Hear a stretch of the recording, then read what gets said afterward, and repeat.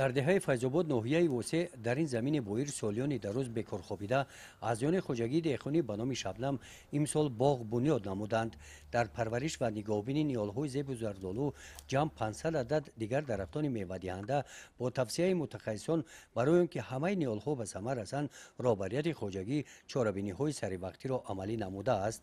با مقصد ثمرناک استفاده نمودن زمین در سرگاه این میدان پایگاه آبکشی ساختند. از این انشاءات با این زمین ها 13 هکتار زمین های للمی و آب پلیزی تامین کرده شدند.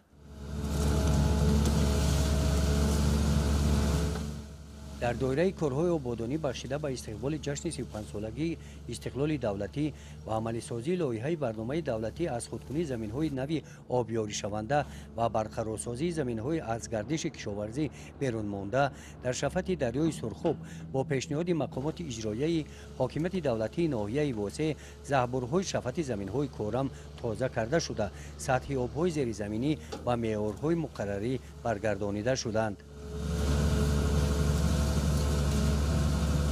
این امکانیت فراهم آورد که رهبریت خوجگی دهقانی به نام محمد جان در مساحت 10 هکتار زمین و بنیاد تاکزار شروع کرد.